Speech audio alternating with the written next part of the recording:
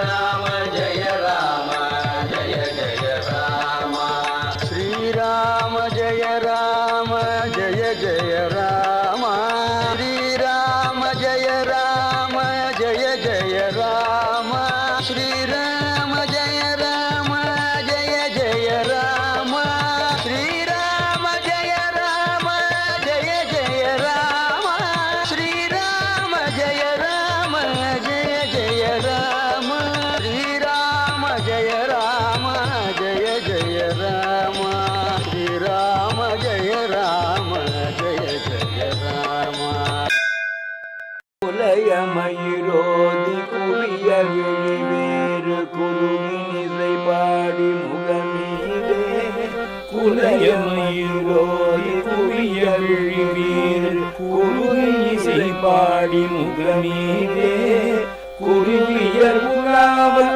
அமுகினிதான குதலையும் ஒராறு பழவேதான் குருவியர் உலாவல் அமுகினிதான குதலையும் ஒராறு பழவேதான் பலவித வினோதமுடன் உபய பாகம் பரிபுறமும் ஆட அணிமீதே பலவித வினோதமுடன் உபய பாக பரிபுறமும் ஆட அணிமீதே பரிவு தரும் ஆசை விட மனம் உபாத பதகனையும் ஆட நினைவாயே பரிவு தரும் ஆசை விட மனம் உபாத பதகனையும் ஆட நினைவாயே சிறை மலையதான பரமர் தருபால சிக்கி பரியதான குமரேசா சிறை மலையதான பரமர் தருபால சிக்கி பரியதான குமரேசா திருமதுரை மேவும் அமணர் குலமான திருடர் கழுவேற வருவோனே திருமதுரை மேவும் அமணர் குலமான திருடர் கழுவேற வருவோனே கல்லின் வடிவமான அகலிகை பெண்ணான கமல பதமாயன் மருகோனே கல்லின் வடிவமான அகலிகை பெண்ணான கமல பதமாயன் மருகோனே கடனி நெடுவாளை கமுகொடிய மோது கரபுரியில் வேறு பெருமாளே கடனி நெடுவாளை கமுகொடிய மோது கரபுரியில் வேறு பெருமாளே பரிவு தரும் ஆசை விட மனமுவாத பதகனையும் ஆள நினைவாயே பரிவு தரும் ஆசை விட மனமுவாத பதகனையும் ஆள நினைவாயே சிக்கி பரியதான குமரேச கமல பதமாயன் மருகோனே சிக்கி பரியதான குமரேச கமல பதமாயன் மருகோனே கடலி நடுவாளை கமுகொடிய மோது கரமுறியில் வேறு பெருமாளே கடலி நெடுவாளை கமுகொடிய மோது கரபுரியில் வேறு பெருமாளே கரபுரியில் வேறு பெருமாளே கரபுரியில் வேறு பெருமாளே. முருகா சரணம். வேலும் மயிலும் சேவலும் துணை. குலைய மயிரோதி எனும் கரபுரம் திருப்புகள் கேட்டோம். இந்த தலத்தை விரிஞ்சிபுரம் என்று தணிகைமணியார் குறிப்பிட்டிருக்கிறார். ராமாயண காவியத்தில் அகல்யாவை பற்றி பார்ப்போம். புராண பெண் பாத்திரங்களிலே சுவாரஸ்யம் மிகுந்தவள் அகல்யா. அகலிகை பத்தினி பெண்கள் 5 ஒருத்தியாக போற்றப்படுகிறார். அகலிகை கௌதம முனிவரின் மனைவி, திரௌபதி பஞ்ச பாண்டவர்களின் மனைவி, சீதை ராமபிரானின் மனைவி, தாரை ராமாயணத்தில் பாலியின் மனைவி மற்றும் மண்டோதரி லங்கேஸ்வரன் ராவணனின் மனைவி. திருமாலின் மோகினி அவதாரத்தில் அழகான உடலை பெற்று அசுரர்களை மயக்கி தேவர்களுக்கு அமுதம் கிடைக்க வழிவகை செய்தார். இந்த செயலில் அழகு என்பது காமத்தினால் மயக்குவதற்காக பயன்பட்டமையால் அழகு என்பது தவத்திற்காக பயன்படுமாறு மாற்ற பிரம்மன் எண்ணினார். அதற்காக அழகு நிறைந்த பெண்ணை படைத்தார். அவளுக்கு அகலிகை என்று பெயரிட்டார். ஆ கூட்டல் ஹல்யா என்றால் மாசு அற்றவள், குற்றமற்றவள், அழகின்மை இல்லாதவள், களங்கமற்றவள் என்று பொருள். அகல்யா என்றால் உழப்படாத நிலம் என்று ஒரு பொருள் கொள்வார்கள். பிரம்மதேவரின் மானசீகம் அவளாவாள் அகலிகை. அவள் அழகில் சிறு குறை ஒன்றுமே இல்லாதவள். ராம, லக்ஷ்மண மற்றும் விஸ்வாமித்திர முனிவர் ஆகிய மூவரும் யாகங்களை எல்லாம் வெற்றிகரமாய் முடித்துவிட்டு செல்லும் வழியிலே விசால நகரத்தில் ஒரு நாள் தங்கி அடுத்த நாள் விடியற்காலை மிதிலை நோக்கி சென்றார்கள். அப்படி செல்கையில் ஜனகராஜனுடைய நகரத்துக்கு கொஞ்ச தூரம் முன்பாக மிக ரம்யமான ஒரு ஆசிரமத்தை கண்டார்கள். முனிவர்களோ இல்லை ரிஷி பத்னிகளோ வேறு யாருமே இல்லாமல் தனியாக காணப்படும் இந்த புராதன ஆசிரமம் யாருடையது? ஏன் இந்த அழகான ஆசிரமம் ஆடை இல்லாமல் தனியாக இருக்கிறது என்று மனதிலே சிந்தித்துக் கொண்டே வந்த ராமர் அங்கே ஒரு வித்தியாசமான கல்லை கண்டார். உடனே விஸ்வாமித்திரரிடம், குருவே, இந்த ஆசிரமத்தில் அனைத்தும் தனித்தனியே பராமரிப்பில்லாமல் இருக்கிறது. ஆனால் இந்த கல்லில் மட்டும் எப்படி தெய்வீக தன்மையுடன் ஒரு துளசி செடி முளைத்திருக்கிறது? இந்த கல்லுக்கு தண்ணீர் ஊற்றக்கூட ஆள் இல்லையே, இது என்ன விந்தை என்று விஸ்வாமித்திரரிடம் கேட்டார். அதற்கு விஸ்வாமித்திரர், ராமா, மற்றொரு ஆணால் ஏமாற்றப்பட்டதால் மற்றொரு ஆணால் சபிக்கப்பட்ட ஒரு பெண்ணின் ஆத்மா இந்த கல்லினுள் உள்ளது. தவறான செய்கையை புரிந்தவர்களை எப்படியெல்லாம் அவதூறாக பேச முடியுமோ அப்படி பேசியும், எப்படியெல்லாம் தண்டிக்க முடியுமோ அப்படியெல்லாம் தண்டிக்க வேண்டும் என்பதும், சாபம் கொடுப்பது என்பதும் சாதாரண மனிதர்கள் அனைவருக்கும் தெரியும். ஆனால் விசேஷ மனிதர்களால் மட்டுமே இத்தகைய சாபத்தை திருப்பி எடுக்கவும் அவர்களை மன்னித்து சாப விமோசனம் கொடுத்து அருள் புரியவும் முடியும். ராமா, நீ அப்படிப்பட்ட விசேஷ மனிதன். உன் பாதங்களால் இந்த கல்லை நீ தொட்டால் சாபத்தில் இருந்து இவள் மீள்வாள் என்று விஸ்வாமித்திரர் கூறினார். அதற்கு முன் நீ இந்த ஆசிரமத்தை பற்றி தெரிந்து கொள். இந்த ஆசிரமம் ஒரு சாபத்துக்கு உட்பட்டு இருக்கிறது. இது கௌதம மகாமுனிவருடைய ஆசிரமம். பல ஆண்டுகளுக்கு முன் அவர் இங்கே தன் மனைவி அகலியுடன் வசித்து வந்தார். பெண்கள் மத்தியிலே மிகவும் அழகானவள் என பலரும் வியந்து பாராட்டப்பட்டவளே அகல்யா. ஒரு முறை வானத்தில் சஞ்சாரம் செய்த இந்திரன் அகல்யாவின் அழகை பார்த்து மயங்கினான். அவளின் அழகை பார்த்து வியந்து அவளை அடைய ஆசைப்பட்டான் இந்திரன்.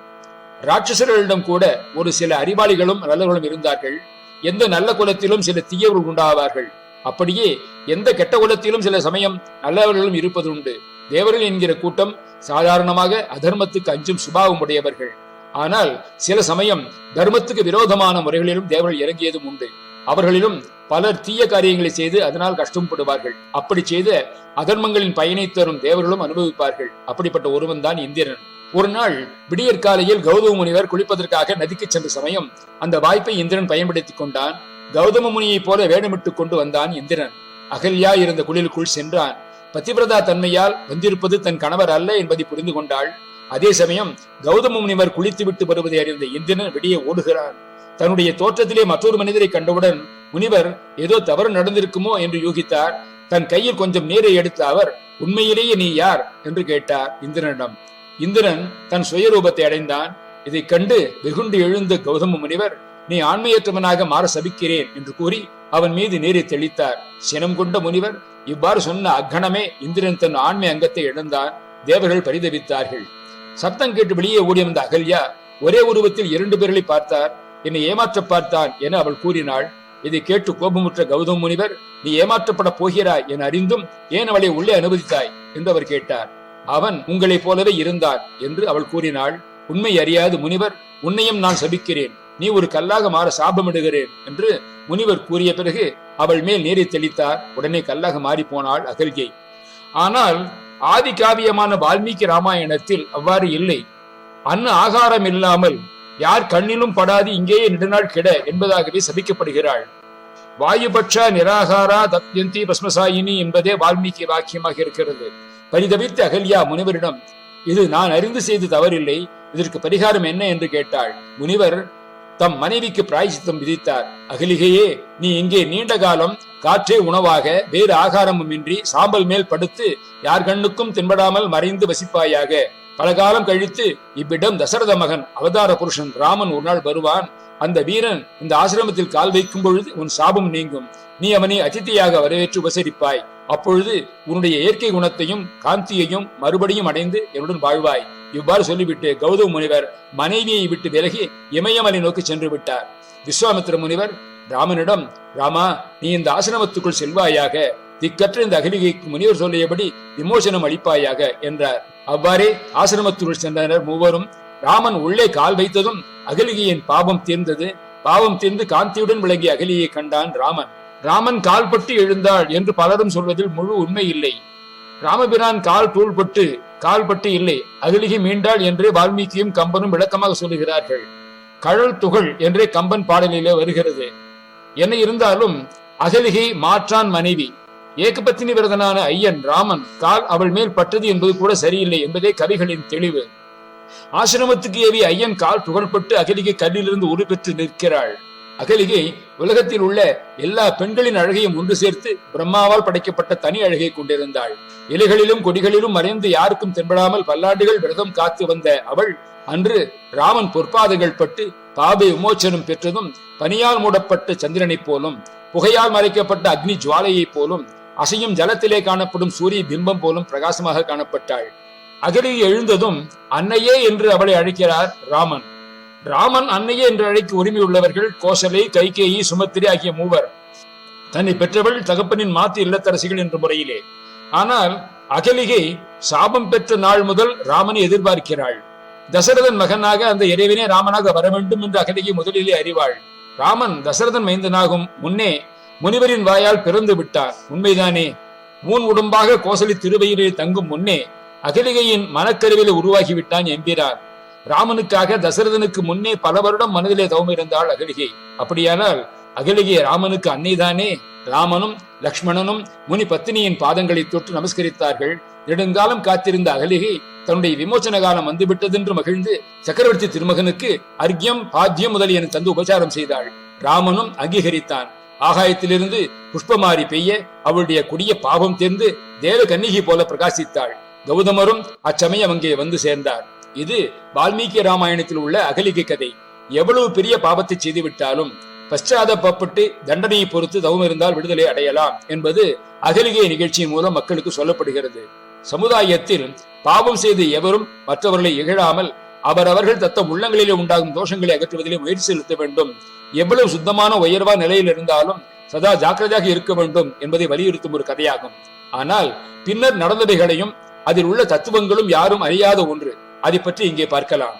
கௌதமரால் சபிக்கப்பட்ட அகலிகை ராமனின் பாதங்கள் பட்டு சாப விமோசனம் பெற்றது வரையிலான இதிகாசம் தான் நம் எல்லோருக்கும் தெரியும். ஆனால் அகலிகை கௌதமருக்கு கொடுத்த சாபம் நம்மில் பலரும் கேள்விப்பட்டிராத ஒன்று. சம்ஸ்கிருதத்தில் உள்ள திரிசூலபுர மகாத்மியத்தில் கூட இந்த குறிப்பு இல்லை. ஆனால் தமிழில் உள்ள திருச்சுழி தல புராணத்தில் இது பற்றி சொல்லப்பட்டிருக்கிறது. இந்திரன் கௌதமரை போல உருமாறி அவர் ஆசிரமத்தில் இல்லாத சமயத்திலே அகலிகையை தழுவ வந்தான். அப்பொழுது வந்த முனிவர் உண்மை உணராது வெகுள்வதைக் கண்ட அகலியை, அறிவற்ற முனியே, நிலைமையை உணர்ந்து அதற்கேற்ற பரிகாரம் செய்யாது இங்கனும் சபித்தீரே, எப்பொழுது எவ்வாறு எனக்கு விமோச்சனம் என்று கௌதம முனிவரை நோக்கி கேட்க, ஸ்ரீ ராமாவதாரத்தின் பொழுது பரந்தாமனின் பாததுளியின் ஸ்பரிசத்தால் உனக்கு விமோசனம் உண்டாகும் என்று முனிவர் அருளினார். அகலியை உடனே கல்லாக மாறினார். கௌதம முனிவர் அங்கிருந்து அவர் தினசரி பூஜை செய்யும் வேறு காரியம் ஈடுபட்டார். அப்படி ஈடுபடும் பொழுது புத்தி நிலை கொள்ளாது பலவாறு தடமாறத் தொடங்கியது. அத்தடுமாற்றம் மேன்மேலும் அதிகமாவதை கண்ட முனிவர் சிறிது ஆலோசித்து பார்த்த பொழுது அதன் காரணம் அவருக்கே புரிந்தது. உண்மையில் நடந்தது தெரியாமல் குற்றம் செய்யாது தன் மனைவியை அவர் சபித்த பொழுது தபஸ்வியான அகலியை அறிவற்ற முனியே என்று அழைத்ததே சாபம் போலாயிற்று என்று உணர்ந்து அதற்கு பரிகாரம் ஈசனது தாண்டவ தரிசனத்தை காண்பது மட்டுமே என்று தெரிந்து கொண்டு கௌதமர் சிதம்பரம் சென்றார். அங்கே திருச்சுழியில் ஆடல் காண்பிப்போம் என்னும் அசரீரியை கேட்ட முனிவர் அவ்வாறே அத்தலத்தை நாடி சென்றார்.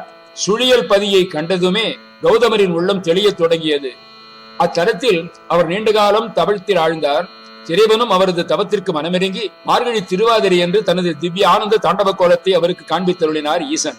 கௌதமர் அவரை மனமாற துதித்து மகிழ்ந்து புத்தி தடுமாற்றத்தில் இருந்து விமோசனம் பெற்றார். உரிய காலத்தில் அகலியையும் ஸ்ரீராமனது பாத தூளியால் மீண்டும் கன்னிவடிவுற்று கௌதமரை வந்தடைந்தாள்.